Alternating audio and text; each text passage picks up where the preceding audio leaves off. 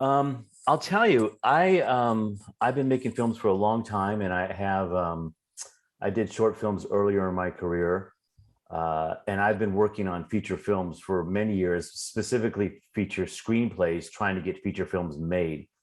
And in a typical filmmaker fashion, have come very close. I've almost done it, and I was in a period of where I really hadn't produced anything in a long time, and I just said, I got to make something. You know, I have to make something, and I've always, outside of filmmaking, my passion is food and cooking and the whole idea around food. And I had this notion of this question of what role does love play in the preparation of food? Is there love in there, especially because, my mother was such a great cook and my aunts and stuff, and they had such passion when they cooked.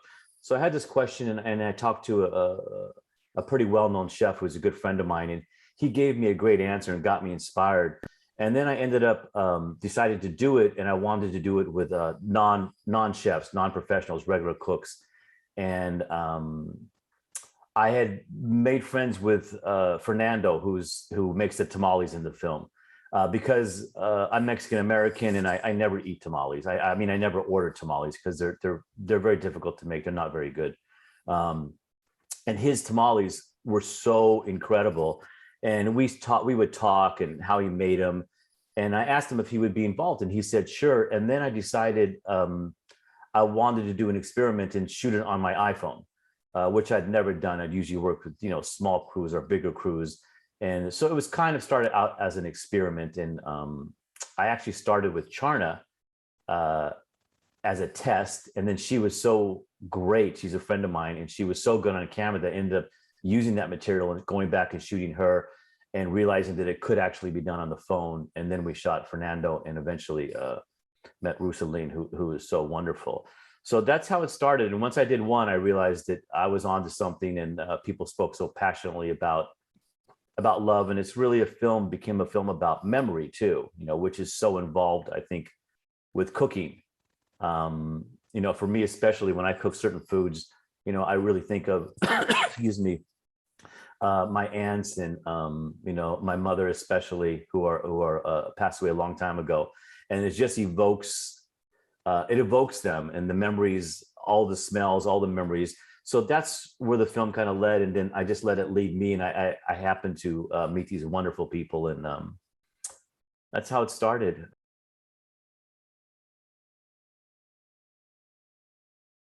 Um, you know, um, I always hope with any film I make that I connect with people, whether it's a few people or a lot of people.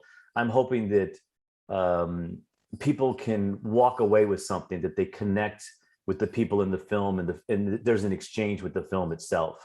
My the way I sort of grade films or think about films is when I think about them afterwards, when the characters, whether it's fiction or documentary, whether they touch me and become a part of who I am after I leave the screening. So that's always my goal when I'm making a film. And I wanted to make something positive too. A lot of my screenplays are kind of dark and character driven, and this just felt so. There was sort of joyful. So I was hoping people would feel good after connecting with these three characters, and I love them all so much. I just love each of them all. Each one in such a different way.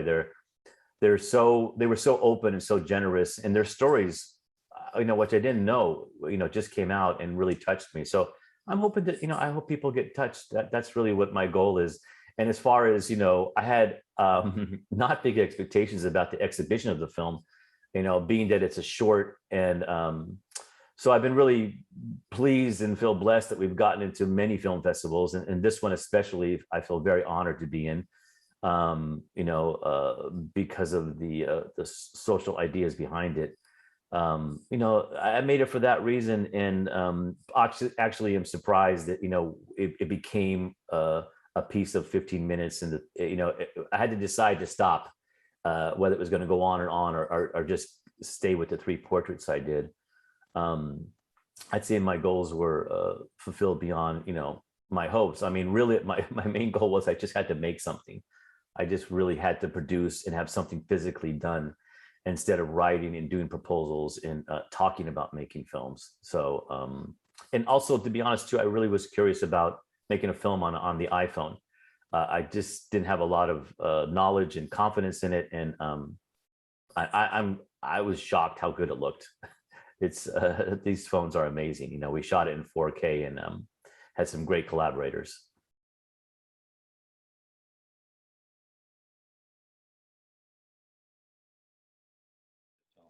Well, what I took away from the film is sort of the confirmation of the knowledge of my philosophy with food. You know, it really did start out as a question: does love really matter when you're cooking recipes?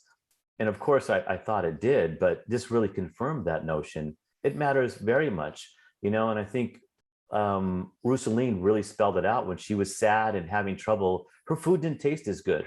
She didn't have love in her food, and it's something that can't be measured. But it became very clear, you know, spending time with Charna and Fernando and Rosaline, that it absolutely does. And you know, you can feel it and you can taste it, and it's an essential part of cooking. Otherwise, it might as well be, you know, just some processed stuff that nobody cares about. And you know, love is an essential part of the preparation of food if you want to really get down to the soul of people. I mean, you know, for me, my soul food is Mexican food. You know, I love all foods. I love everything. But I feel when someone really cares, you can taste it, you know, and that was the thing I think with Fernando and his tamales too, that kind of blew me away. I mean, he worked so hard to get that recipe right, and he cares so much. And so it really confirms, you know, a belief I had and the question I had going in that, yeah, love matters when you're cooking. It's very important to be enjoying it and putting yourself into it. And it makes a huge difference. And I feel that it's nourishing on a level that can't be measured at that point. You know, when we have a good meal and we share it with each other, it's really part of our humanity. It's essential to who we are. And I think we've lost a lot of that. And I'm always surprised at people who don't really get that, who don't really cook, or at least have friends who cook. You know, a lot of people just, you know, I don't eat to live, you know. I live to eat. And it doesn't mean you have to overeat. It doesn't mean you have to you know, have extravagant meals. It means that each meal should be, you know, really taken in and enjoyed. You know, we're putting it in ourselves. And I just really think that comes from the way I was brought up too. You know, our household was, the meals mattered, and we ate together always. And you know, I fear a lot of that is slipping away with our very modern society. So, you know, I would hope maybe this just reminds people, you know, of the importance of that. And also when you go out to restaurants, I mean, you can tell the chefs back there who really care, who are really passionate. And I think it's part of being healthy mentally and physically.